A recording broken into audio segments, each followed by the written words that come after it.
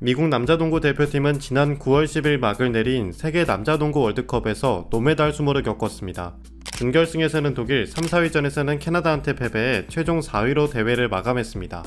미국은 지난 농구 월드컵 7위에 이어 이번에도 세계 최강이라는 칭호에 걸맞지 않은 성적을 거뒀습니다. 2010년과 2014년 농구 월드컵에서는 1위를 했던 것에 비해 아쉬운 성적입니다. 미국은 농구 월드컵에서 왜 힘을 못 쓰고 있는 것일까요? 토너먼트에서는 변수인 공격보다 확실한 수비의 중요성이 상승합니다. 하지만 미국은 이번 농구 월드컵에서 수비가 불안정했습니다. 미국의 실점은 평균 85.63점으로 8강에 오른 국가 중 두 번째로 많았습니다. 게다가 미국은 110점 이상 실점을 2번 이상 기록한 유일한 국가입니다. 독일과 세르비아에 비하면 미국은 많은 실점을 허용했음을 알 수 있습니다. 미국이 진 경기를 분석해보면 캐나다를 제외하고 독일과 리투아니아와의 경기에서 오펜스 리바운드가 크게 차이 났습니다.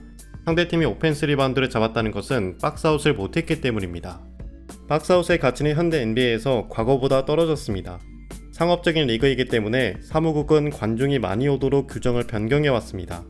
그 결과 NBA는 전 세계에서 가장 빠른 농구 리그가 됐습니다. 그렇게 NBA 선수들은 박스아웃보다는 전환 수비에 치중하고 실제로 지난 20년간 페이스가 상승하는 동안 공격 리바운드는 줄었습니다. NBA 습관이 농구 월드컵에서 상대의 공격 리바운드로 이어진 것입니다. 리투아니아가 오펜스 리바운드 18개를 잡을 때 미국은 단 9개만 기록해 2배나 차이가 났습니다. 그 결과 세컨 찬스 포인트는 17점 대 2점의 격차였습니다. 독일과의 경기를 봐도 오펜스 리바운드 5개가 뒤졌고 세컨 찬스 포인트는 25점 대 8점이었습니다. 자렌 잭슨 주니어가 주로 리바운더로 나왔는데 그 역할을 제대로 못했습니다. 자렌 잭슨 주니어는 2022-2023 시즌 리바운드 6.8개, 블락 3개를 기록하며 NBA 최우수 수비상을 받았던 선수입니다. 하지만 이번 농구 월드컵에서는 리바운드 2.9개에 머물었습니다. 이는 우승국가 독일의 센터인 보이트만의 6.3개의 한참 저조한 활약입니다. 40분으로 환산하면 미국팀의 오펜스 리바운드 부진을 알 수 있습니다. 미국팀의 또 다른 센터인 워커 캐슬러는 리바운드 11.5개로 우수했지만 7경기에서 평균 8분만 출전해 영향력이 적었습니다. NBA 규정 변화는 공격 스타일에도 큰 영향을 끼쳐왔습니다. 2001년 일리걸 디펜스가 폐지되면서 지역 방어가 부활하는 대신 수비자 3초 룰이 생겼습니다.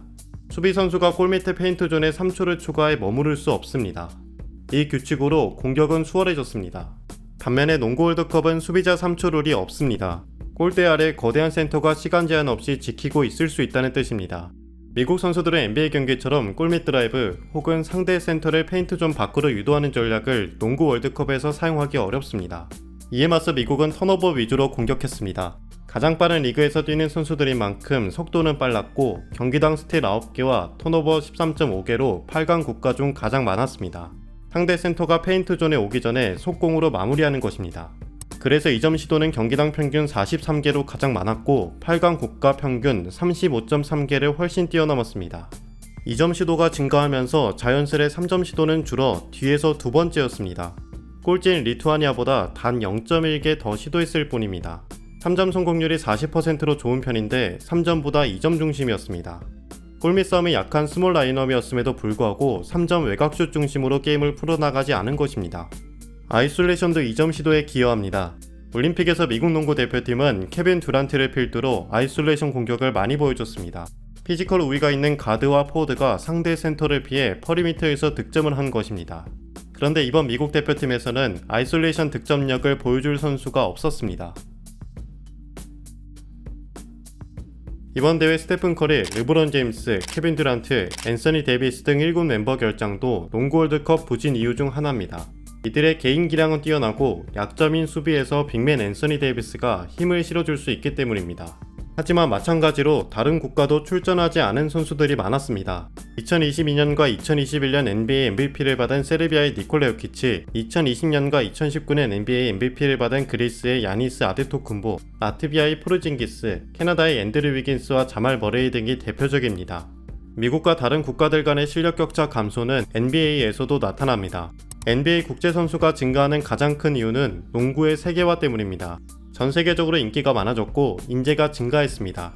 지난 시즌 개막 로스터에는 미국인이 아닌 선수가 120명에 달했고 이는 20년 전 55명에서 2배 이상 증가한 기록입니다. 또한 2000년 NBA 올스타 로스터에서 미국인이 아닌 선수는 1명에 불과했는데 2023년에는 9명이었습니다. 전체 로스터의 33%나 차지했습니다. 마지막으로 최근 5년간 MVP는 모두 미국 국적이 아니었습니다.